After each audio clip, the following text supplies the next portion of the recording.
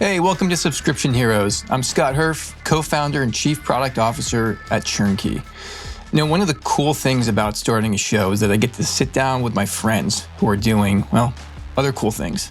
I'm excited to share my chat with Amit Gupta, co-founder of Sudowrite, an AI-powered creative writing app. Amit's one of the most optimistic people I know and a talented science fiction writer. We'll dive into the challenges of building on top of language models that are always shifting, platform risk, and what we can learn from what Amit calls BizFi. Here we go. So let's just start by talking about Sudowrite, what Sudowrite does, what you do with Sudowrite, all that good stuff. Sure. Sudowrite is a writing tool for novelists, screenwriters, and other creative writers. And it does a number of things. It can do everything from just helping you get unblocked and give you ideas. It can help you deep in the editing process, kind of making your text and your stories come more alive. And some of the newer stuff we're working on really walks you through the entire process from coming up with an idea to having a finished novel within a couple days. Yeah, it's pretty amazing, this new Canvas product, right? Where I can jump in and give it a concept, give it, kind of a log line metaphor, and it just goes and it creates scenes and then just fills out everything in progression. Yeah. I wish I had that like 5 years ago. Yeah, totally. I think Story Engine has really captured a lot of people's excitement because a lot of people have come into this space in the last few months, this space being like writing with AI as a partner. And they've mostly interfaced with ChatGPT and they've seen how that can like help them get unblocked. But the workflow that we've built with Story Engine just like is incredible. It's so fast to write stuff. I'm excited to write my first novel using it. I think I've never written a novel before. I've only written short stories, but it seems really exciting to spend days doing this instead of months or years doing this. Yeah, I've written 2 novels that never sold, and they are flying solo, very painful. So this is like a superpower from my point of view. Yeah. I mean, so one of the unique aspects of Sudowrite is, you're not tackling like business cases, you're tackling art. What drew you away from, like marketing copy generators or summarizing meeting notes or something? And as I say that, kind of the answer seems obvious, but I'll leave that to you. Marketing copy is boring, Scott. It's so boring. I say that as someone who spends a lot of time writing and thinking about marketing copy, but man, it's pretty boring.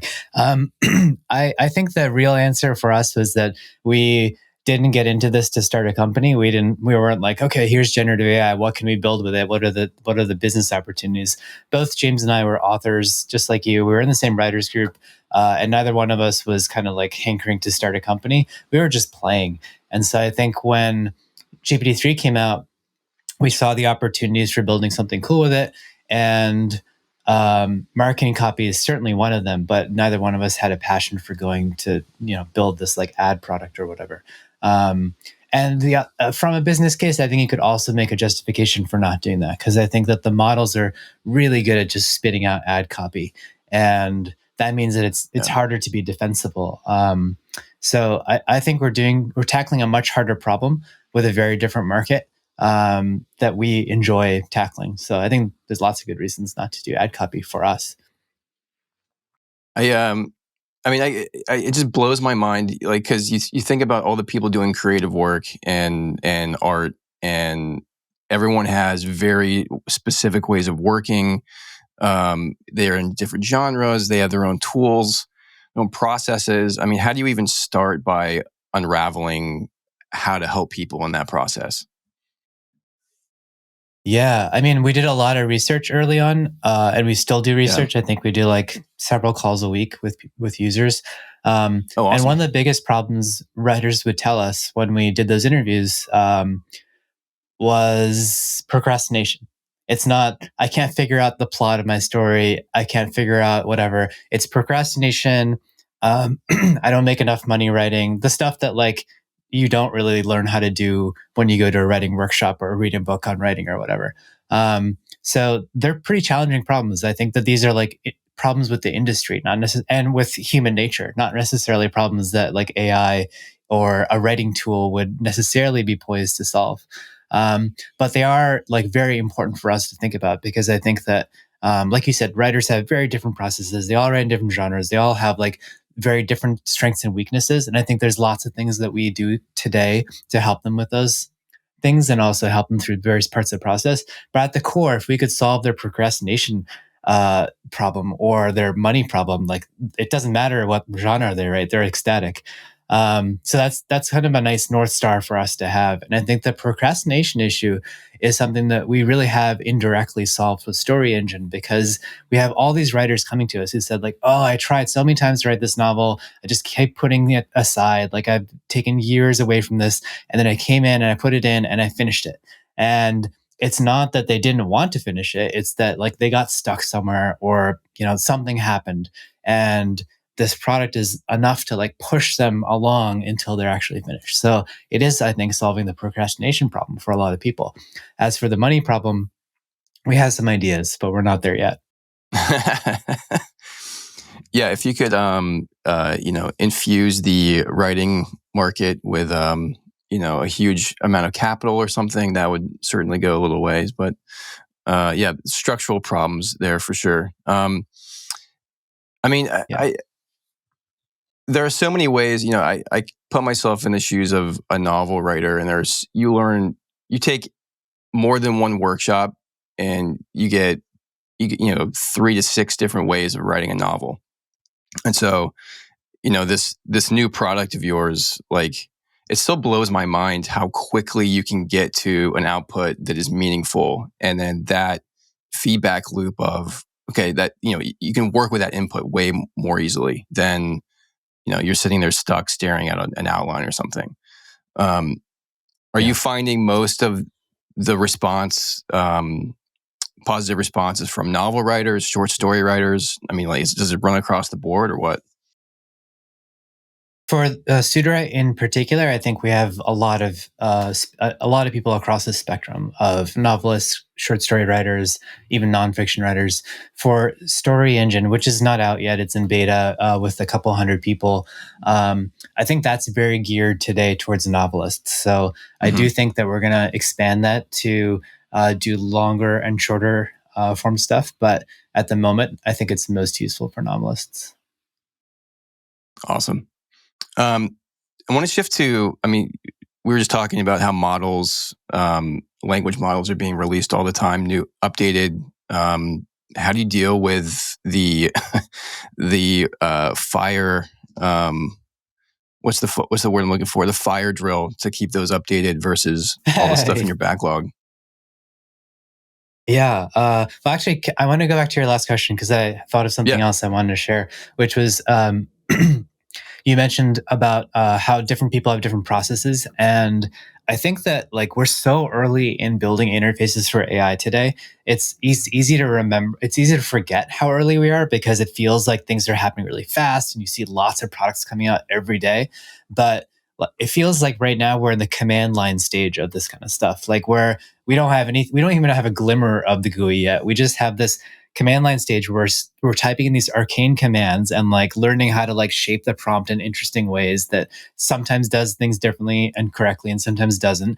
And so I think today, when you use Story Engine, we're trying to make it as user-friendly as possible. But I do think there's a learning curve. Like you have to figure out like how to write in this new way. And our job is to make it adapt to you instead of have you adapt to it. That's like, what you're always supposed to do with interface. And so we're doing that, but we're still pretty far from it, even though it's really easy to use and people can get a lot done with it. We're so early. So I think that's very exciting, because I think our tool will look very different in a year or two, but every tool is going to look so different in a year or two. It's so, yeah. I think that given how different people's writing styles are, it's a big challenge to like meet them where they are, given all the different places they are. So your question about different models coming out and stuff. So we felt like we hit product market fit sometime late last year. It was the point where like it didn't feel like we were just pushing this boulder uphill. We were really starting to chase it, and it was moving by itself. So that was super exciting. And I think when you hit that point in a business, usually, not always, but usually it's the point where you start to like be able to optimize and catch up and like just build what the community wants. And the path forward gets clearer and clearer because the boulder's just, running down the hill. Your job is just to chase it. And your users are telling you what they want. And your job is just to figure out the right things to build that they've told you they want. It's not easy, but it's at least straightforward. And I think because this industry is so early, because AI is so early, generative AI is so early, and I think things are changing so fast, we keep having this thing where we set our plan, and our plan is just here's what we're going to do in the next 3 months. Here are our priorities. And then a new model just drops like bam, GPT 3.5 comes out and it can do all these things that the earlier models can't do. And everyone wants it right away, right? Because like all of our users are really enthusiastic about this stuff. So it's not like we can say, okay, we're going to finish the mobile version. We're going to do our onboarding. We're going to do these 3 other things that are like, improving the text quality of the editor. And then we'll get to 3.5. No, we have to like work on 3.5 today. So that happens pretty frequently where we're faced with a new model. We want to stay focused on kind of the road plan, but it just makes sense for everyone for us to dive in, see what the new thing is capable of, and really push into it. And that's happened, with 3.5. It happened when ChatGPT came out. It happened with GPT-4. So it's almost like every couple days there's something really new. Every like couple months there's like an atom bomb that explodes and upends everything that we've planned. It's like Taylor exciting. Swift. Yeah, it's like Taylor Swift dropping a surprise album and no one knows about it. And it just shows like the enthusiasm that people have for what would typically be like an obscure technological, release, right? Yeah, and it comes from all over. Like there's some interesting stuff coming out of the open source community that we were talking about today. So it's not even just like OpenAI dropping these bombs. Like these things are coming from everywhere. So it's obviously like a great opportunity. It's great to be in the space, but it feels very different from having built previous startups where you figure out what you're supposed to do and then you just go do it. It's like every few days you figure it out all over again, and then you try to go do it before everything changes. Let's take a little break to tell you about Turnkey, the ones making this podcast happen. Now, I think Turnkey is awesome, but I am super biased because I'm a co-founder. But I love what we're doing for subscription companies. You might look at your churn numbers and think there's got to be a way to turn this around. There's got to be someone who can improve retention and help us track down why people are leaving your product. And that's why Turnkey's here. Turnkey's the only platform that fixes every type of churn for you. We handle retention for customer-obsessed teams like Jasper, Fairdrop, AI Dungeon, and Castos. We lower cancellations by up to 42%, recover up to 89% of failed payments, and even increase customer LTV by 28%. And we do it with our user-friendly, customer-centric cancel flows, modern failed payment recovery, and AI-driven feedback analysis. So, if you want to run a healthier subscription business, head to turnkey.co to get started. Do you think you'll have to expand out to just having a core, platform, for lack of a better term, model team, and then, this optimizing the output and all that? Or is it just bigger than that? Is it just, it redefines the actual features you're building on top of the models? It really redefines, because I think, and it's in some ways, because we've been at it since 2020, I feel like we're at an advantage because all of this generative AI hype came last year and all these new people came in kind of with dollar signs in their eyes. Like, what can we do with this? Let's build it. This is the new mobile. And we've been at it. So we've like tried a bunch of stuff. We kind of feel very confident about how we're working with these models, but we're also at a disadvantage because every time a new model comes out, you can't take advantage of it by doing the same things you did before and expect it just to do better. Like there's all these things that the new models can do that we still haven't even discovered yet. All the people working with it today haven't discovered it yet. So you have to really go in with like beginner's mind with each model and start all over. And that's harder each time because you have all this knowledge from the previous models. So I think I could see there being like disparate teams once we're larger, where one team is really exploratory, just hammering on a new model and just trying to poke around and find the nooks and crannies in the latent space that haven't been discovered yet that we might want to exploit. And other teams are integrating existing functions and trying to understand how it makes it better. We're small today, so we're doing everything. Everyone's doing everything. Yeah, I hear you on that one. Is is it that the model is just reacts in unpredictable ways that it's just tough for open AI like to document it or something? I mean, it's not like you can go in and have a big knowledge base about everything, right? I mean, it's just exploratory. Yeah, it's like, I mean, it's certainly documented in terms of their API and so forth, but I think the Yeah, capabilities, especially the more interesting ones that are discovered by the community, aren't documented because I don't even know if OpenAI knows what they all are. They don't have millions of people trying all sorts of weird combinations to see what comes out. Um, and it's like a person, right? Like, I don't know all of your capabilities. I've known you for years, and we've talked right. tons of times and we've worked together and we've done story critiques, but I know this like tiny fraction of you that's like above the surface of the water, and there's all this other stuff that has to do with Scott that I'm never going to know unless I really just like try poking in there and asking you questions and hanging out with you, and I don't know, all the other stuff. And I think the model is the Right. same way. It's ginormous. And we may never know all the stuff that it's capable of. By the time GPT-5 comes out, we just won't have even gotten deep enough to know GPT-4. It's kind of staggering to think that it's already the limits of our own imagination, and it's the limits of our own, the context or the application you're working in. But it's just so adaptable that it is as multifaceted as a person already. Yeah, totally. And if we really do get to AGI in our lifetime, I think that's when things get really wacky because at least today we can try to project forward and say like, oh, if the model got better, it could do X, Y, and Z because we know that people can do X, Y, and Z. So probably the model could eventually do that. But at some point, if the model exceeds the capabilities of all humans, how do we even imagine what's possible at that point? Because we can't do it. Right. All right. I got to ask you this one. I've never asked you this, but do we see AGI within our lifetime? Do you think I you'll don't see know. it? No. I hope so. I want society to be run by AI. I feel like I'm a tech optimist, and I think a lot of the problems we have in the world are created by ourselves. And I think if we could actually create a system that is able to govern, that has principles in mind that take care of everyone, it could actually be a much better society and a much better world. Um, or it could destroy all humans. Who knows what's going to happen? I like your version better, the optimist side. Yeah, me too. I want to talk to you about platform risk. I mean, how do you? There's a lot of chatter. I mean, obviously, with any new tech that's dominated by one or two companies, there is an inherent risk factor there. But I feel like there's something you all are doing that's got some special sauce that kind of makes you immune to that. But I don't want to put words in your mouth.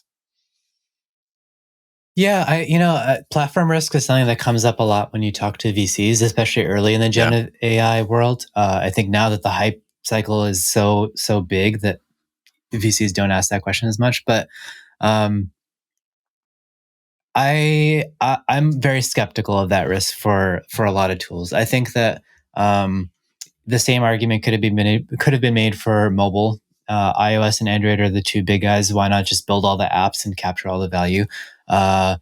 It's impossible, but they could have tried. But they didn't. There's so many companies that were built on top of mobile, and I think the other argument you can make is it's not like text editors are something new. Every text editor does basically the same stuff pre AI at least. But you still might use Ulysses, and I might use Bear, or I might use Apple Notes, and you might use Rome. Like there's so many variations. Everyone's got their own tool set. I'm not going to write my script in Notes. I'm going to write it in Final Draft, or I'm going to use Scrivener to write my novel. Specialized tools exist, even though they're all basically doing the same thing, and they have the same building blocks. And those building blocks are mostly provided by the OS anyway. They're just layering them atop each other in a way that makes sense for their audience. So I don't see any reason why this wouldn't be different. I think there's a lot of deeper ways that we can be different in AI products because we can train our own models, we can train on more relevant data, and we can do a lot of interesting intermingling with different models and chaining. But even if we couldn't do all those things, I still think there's so much value in creating a product that's specific to a user's needs. Yeah, I mean, you kind of touched on this bit, but it sounds like you're starting to develop, your own abstraction layer between your product and the models. Did I hear that right? Yeah, I think it's gotten particularly complex with Story Engine where we have multiple models working on different parts of the process. And by the time you get to Oh, wow. finished prose from the very beginning, it's gone through so many layers of iteration and so many kind of like sub processes. So I think that will continue to happen. And a lot of that is not just, do this prompt and do that prompt. There's conditional logic based on the input and what's come from the previous stage. So I think we'll see more and more of that in these products. I think you can just do much more interesting things as that layer gets deeper. Right. Right. Um, I have a lingering question from something we were talking about before on like the UI side, and I Yeah. I love your approach to interfaces. It's playful, it's human. There's a whimsical side to it. When it comes to since we're in the CLI phase, like how far do you think you can take a human through a web browser interacting with an AI model? Like in your wildest kind of imagination, like what do you think you could build? It's the craziest interface to that. And what have you thought about there? Oh man, well, I think we can definitely replace me. Like, I think all of us can be AI agents or a bundle of AI agents, and that's an exciting world to me. Uh, our mutual friend Sahil recently met up with our designer Ryan when he was in New York, and one of the Oh, cool. things Sahil said really like rattled Ryan, and he said everyone's replaceable. And when I heard that he had said this, I was like, "Oh man, this is going to make Ryan feel bad because obviously we all want to be special. We all will also want to be like really unique." And also, I don't really like this idea because it makes me feel like if I believe this, I'm devaluing people. Um, but the more I thought about it, the more I was like, I want to be replaceable. That's always how I've treated my my job. If I'm successful, I'm creating an organization that doesn't need me, and um, I can see the glimmers of that in these models. I can see where I could program something that does most of the things that I need to do. And for me, that's very exciting because I think that a lot of the stuff that we need to do, even when we're doing the work that we most want to do, the work that we are put on this earth to do, a lot of the day to day tasks may not be the things that we're deriving the most joy from or the most pleasure from. Um, Right. and if a model can do those things, then I'm happier for it. I don't know if that So, directly answered your question, though. I feel like you're more talking about like interface and like where this stuff is going. Um, well, no, it's funny because you can Let me see use if I. interface in a variety of ways, right? Um, but I do like that line of thinking where if we had the ability to have a model learn from us on a just by observing, and then it just gradually starts to take over parts of what we're doing, then you're free to go off and do other things, and then you can unlock another part of you. You know, Yeah, totally. And if it's learned, in the writer context, if it's sat alongside me while I write, and it's also sat alongside like millions of other writers, then it will know the right thing to say or do at the right moment to get me to where I want to go. And I think that sounds magical. That sounds like the best possible writing partner slash teacher slash mentor that you could possibly have, and better than any human because it has the time to sit with you every hour that you're at the computer writing and is able to bad ideas back and forth when you're like happen to be taking a shower and have some cool idea or whatever. It's just always present. right? That sounds pretty rad. That sounds like a cool Yeah, interface, something that you just talked to. that'd be amazing. That would be amazing. Right? It's like, hey, teach me how to write like William Gibson, and it's like, I don't know. I have this vision of, I learned piano when I was, I don't know, 6, 7, 8 years old, and just someone sitting next to you and like, okay, this is where you put your fingers. You need to do this transition. You need to do, here's how to play a chord. Having that for writing or anything else that is just never turned off is magical to me. Yeah. The one-to-one instruction stuff too is just like, it seems like such a game changer. If we can get to that point where every student, every person who wants to learn anything has a like infinitely intelligent agent who knows exactly how to get you from A to B, and is infinitely patient and infinitely knowledgeable, is basically a god of teaching. That sounds Right. very exciting to me. Right. In terms of output, I mean, what's interesting to me too is the initial backlash of AI assisted stories. To be precise, Clark's World magazine, long reads, they're blocking AI submissions in a way, which to me seems kind of an odd dichotomy. There's science fiction properties not wanting AI assisted content to be accepted or submitted. But I want to get your take on this. Like, there's a policy question here. There's maybe copyright, but then there's creative output and what that means, right? Yeah. Well, I mean, as well as I do that the sci-fi community isn't pro technology That is true. necessarily. There's probably, you can see that in the kind of like the prevalence of dystopian sci-fi in the past 10 years or whatever. So I think that there's room for all types of publications. Like I don't have any ill will towards Clark's World or anyone else that's choosing not to accept AI assisted fiction. I think that's great. I think it's the same. Like I wouldn't submit a photograph to a painting competition or a painting exhibit or something like that. It just doesn't make sense. I might submit it to a portrait competition or a portrait like exhibition, whether it's a painting or a photo, they're the same thing. But I can certainly see like, oh, we're only accepting oil paintings for this. Cool. Then I should only submit oil paintings. And I think that's a totally valid criteria to gate on. As for the morality of it or like the legality of it, obviously we're still figuring all this stuff out as a society, and whatever we come up with has to be fair to everyone involved and has to be respectful of all the rights and has to find a way to help people basically flourish as artists while still benefiting from the work that they've put in. So hopefully as a society we can figure out how that all works. I think in the meantime, the tools themselves are so useful that it's basically impossible to prevent their use at this point. It's not just writing too. I was talking to a friend of a friend recently who works at Amazon and AWS, and they're not supposed to use OpenAI's LLMs in their coding. They're not supposed to use Codex or use ChatGPT. Oh, wow. And Amazon has its own LLM to assist coding.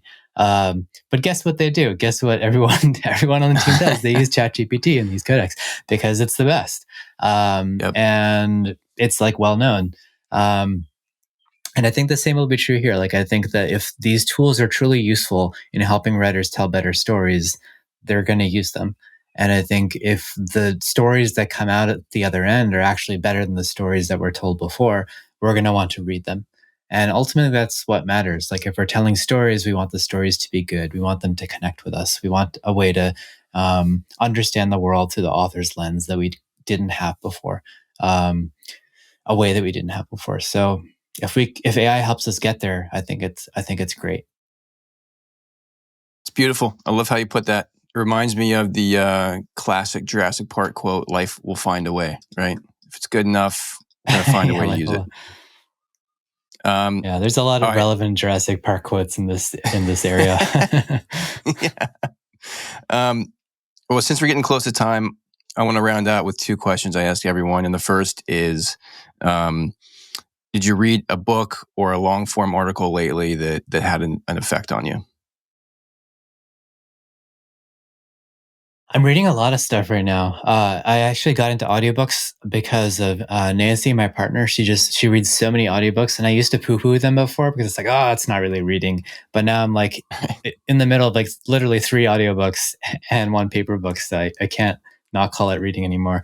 I'm really enjoying 2 pieces of fiction. One is The Mountain of the Sea, which I quote unquote read while I'm running. So it's like it's got to be really good Cool. because running is hard, so it's got to entice me to run. So I'm only allowed to read that when I'm running. The other is Tomorrow and Tomorrow and Tomorrow, which I get to read when I'm swimming. Again, has to be really good and enticing to get me out there. Right. And I just started reading The Hard Thing About Hard Things, which I don't know how I never got to before. Man, this guy's so hardcore. He's just like a business warrior, and he's like slashing or burning and killing, and he doesn't care who gets hurt. It's definitely an interesting tale. I think parts of it are kind of scary to me, but a lot of it, there's a lot of wisdom there too. So I'm enjoying that. What's the 4th book? I think it's another fiction book I read before bed. Yeah, I think what else have I read business-wise recently besides Hard Thing About Hard Things?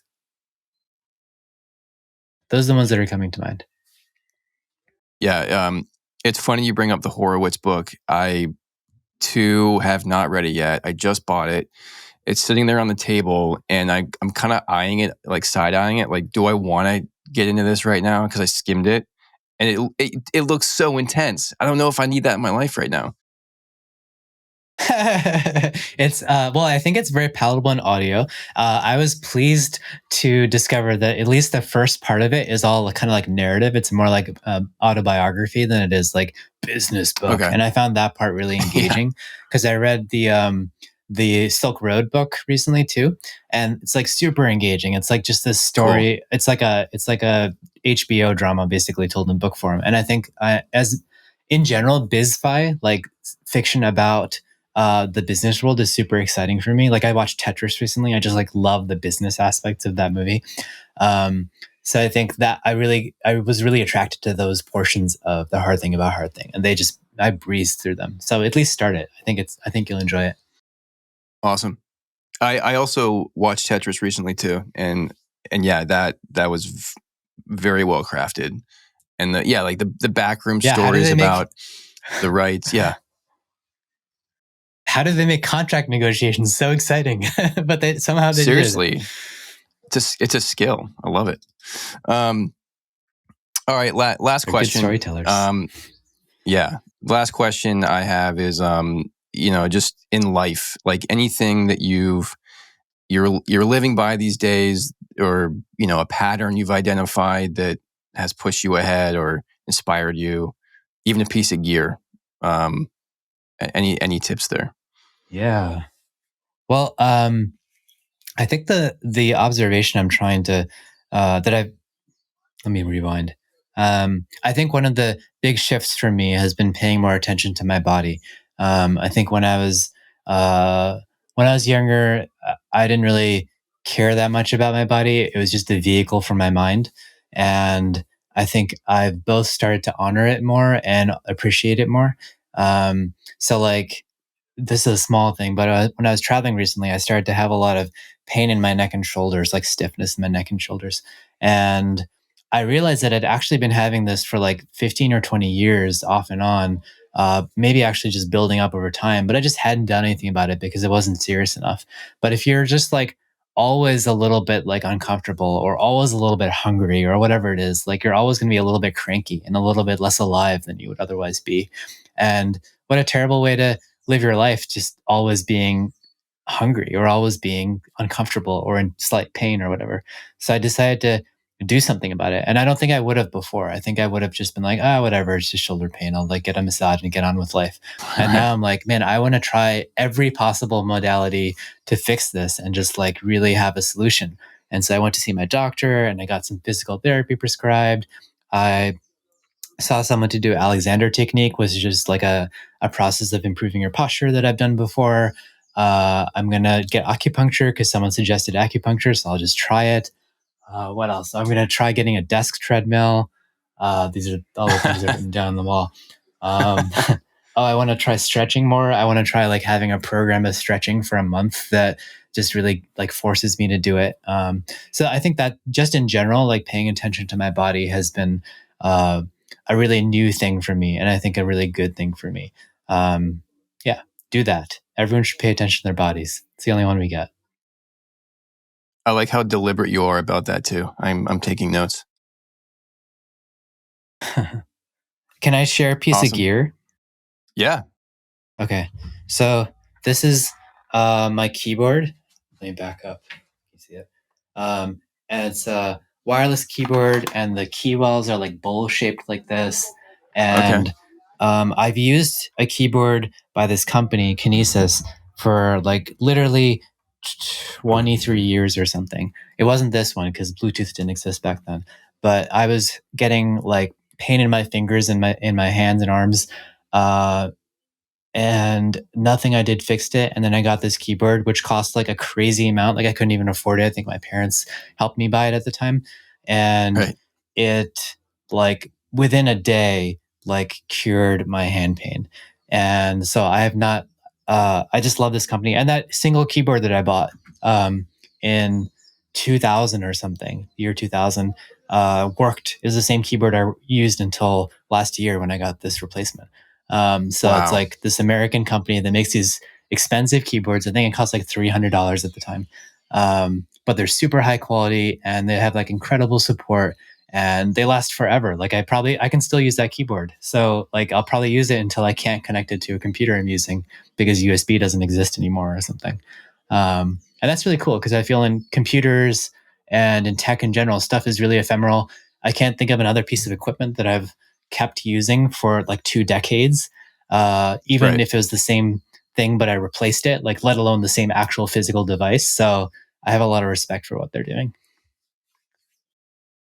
Impressive. Kinesis, you said? Yeah. Cool. All right, I'm going to check that out. Awesome, man. Well, thanks for coming on. Appreciate it. Yeah, great to see you, as always. You too, man. Don't miss out on future episodes. Get alerts for new drops at subscriptionheroes.co or follow us on your favorite podcast platform. Special thanks to Turnkey for sponsoring the show. Learn how to make customers happier while boosting revenue at turnkey.co. Your support for this show has been incredible so far, and let's keep the momentum going. We are all slaves to the algorithm. Ratings and reviews really do help. Please rate us 5 stars on your platform of choice. We'll be truly grateful. That's all for now. I'm Scott Herf, and this has been Subscription Heroes.